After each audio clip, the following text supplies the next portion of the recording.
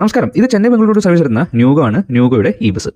ഇപ്പോൾ നമ്മളൊരു tea ബ്രേക്കിലാണ്. Break എന്ന് പറയുമ്പോൾ ഒരു കമ്പൽസറി ടീ ബ്രേക്ക്. അതിപ്പോൾ നിങ്ങൾ ചായയോ കാപ്പിയോ ഒന്നും കുടിക്കില്ലെങ്കിലും ഈ ബ്രേക്ക് എടുത്തേ പറ്റൂ. കാരണം ഇത് വണ്ടിയായിട്ടുള്ള ബ്രേക്കാണ്, വണ്ടിയുടെ ഒരു ചാർജിങ് ബ്രേക്ക്.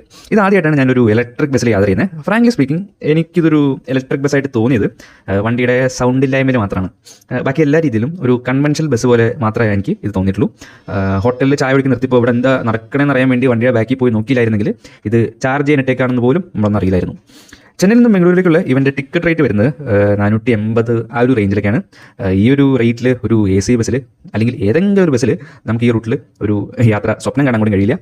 പിന്നെ കംഫർട്ടിൻ്റെ കാര്യത്തിലാണെങ്കിലും ന്യൂഗോ ഒരു പണി മുന്നിലാണ്. കാര്യം സെമി സ്ലീപ്പർ, അതായത് പുഷ് ബാക്ക് സീറ്റുള്ള ടൈപ്പ് വണ്ടി ആണെങ്കിൽ പോലും ഇതിൽ മറ്റേ ലെഗ് റിക്ലൈനർ ഉള്ളുണ്ട്. നമുക്കതൊക്കെ റിക്ലൈൻ ചെയ്തിട്ട് കഴിഞ്ഞാൽ ലിറ്ററലി ഒരു കിടക്കയിൽ കിടക്കുന്ന പോലെ കിടന്ന് പോകാൻ സാധിക്കും. മാത്രമല്ല സൗണ്ട് ഇല്ലാത്തതുകൊണ്ടും ഭയങ്കര കംഫർട്ടാണ്. വേറെ ശല്യങ്ങളൊന്നും ഉണ്ടാവില്ല. പിന്നെ ബംഗളൂരുവിലെ ആസക് ബസ്സസ് എന്നാണ് ഇവൻ്റെ ബോർഡ് കിട്ടിയിരിക്കുന്നത്. എത്രയും പെട്ടെന്ന് ഇവരെ